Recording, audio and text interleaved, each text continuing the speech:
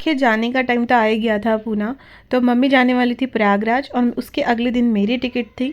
तो मम्मी ने एक दिन पहले ही हमें तिलक निकाल दिया और उन्हें जो देना था उन्होंने वो हमें दे दिया, क्योंकि उसके बाद मम्मी निकलने वाली थी और अगले दिन मेरी भी ट्रेन थी। तो मम्मी आई रूम में और मम्मी ने कहा कि चलो तुमको तो दे देती हूँ, इसके बाद तुम लोग कल चल जाओगे। उन्होंने बहुत बोला कि नहीं रुक जाओ शिवरात्रि तक। मैंने कहा नहीं मम्मी अब तो जाने दो, घर के हाल हो रहे होंगे, क्योंकि बॉयज़ बॉयज़ होते हैं, गर्ल्स अपने चीज़ों को बहुत अच्छे से संभालती है। उसके बाद मम्मी पापा रेडी हुए, उनके 5:30 बजे की बस थी प्रयागराज की और वो लोग निकले। सडन ही उनका जाने का हुआ, कब से सोच रहे थे जाएंगे जाएंगे, पर बहुत भीड़ के कारण ये लोग बहुत टाल रहे थे।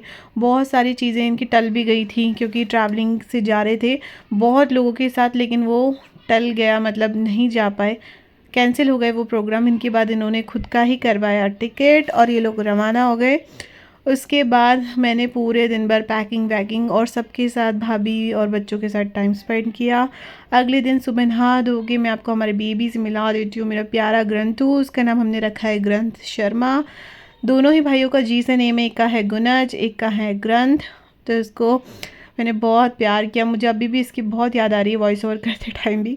उसके बाद भाभी ने, मेरी थी ट्रेन 12:25 की मॉर्निंग की, तो 11 बजे के आसपास नाश्ता वास्ता करके मैं और काशू रेडी हो चुके थे और भाभी हमें तिलक निकाल रही थी। तो मैं वापस ब्लॉग में यही बोलना चाहूँगी कि भैया बहुत ब्लेस्ड हैं हम कि हमें बहुत प्यार करने वाली भाभी मिली है। और मतलब बोलते हैं ना निस्वार्थ वाला प्रेम, हमसे और हमसे भी ज़्यादा हमारे बच्चों से। तो भाई ये है मामी वाला लव और भाभी वाला लव। उसके बाद भाभी ने वैसे ही ऑलरेडी दे दिया था, लेकिन खाली हाथ हमारे यहाँ कोई जाने ही नहीं देता है।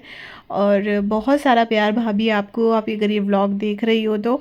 और उसके बाद हम लोग रवाना हुए और भगवान को मैं बस बाय बोलने आई थी। बहुत अच्छा लगा, गोपाल जी से भी मतलब फ़ेस टू फेस मिल ली। वैसे मेरे पास भी हैं उनकी तस्वीर, लेकिन उनसे मिल ली। बहुत अच्छा टाइम स्पेंड किया मैंने यहाँ सबके साथ, बहुत सारी मेमोरीज़ भी बन गई है।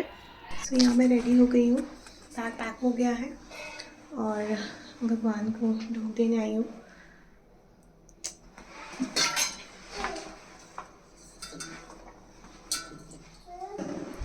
चलो गाइस, तो यहाँ पे भविष्य हमें छोड़ने आया था, जो मेरा छोटा भाई है।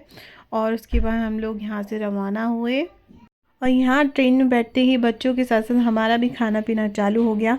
भाई 19 घंटों का सफ़र था। लास्ट टाइम आते टाइम तो बहुत ही अच्छी कंपनी मिल गई थी। ट्रेन में जब सफ़र करते हो तो कंपनी मिलना बहुत ज़्यादा ज़रूरी है, नहीं मिल पाती तो पूरा दिन बोर होने में निकल जाता है। अगले दिन सुबह इसके पापा टाइम से पहले ही पहुंच गए और अपनी ड्यूटी पे लग गए। आकाशु को क्रॉक्स पहना रहे हैं। इसके बाद हम लोग निकले, बहुत दिनों बाद साथ में एक साथ ड्राइव करी और बैक टू घर, बहुत सारी प्यारी प्यारी मेमोरीज़ के साथ। और बहुत सारी याद भी आ रही है, आकाशु को भी आ रही है नानी की और मुझे भी आ रही है।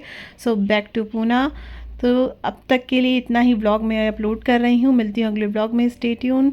चैनल पे नए हो तो जल्दी से जाके सब्सक्राइब कर दो। Bye bye guys.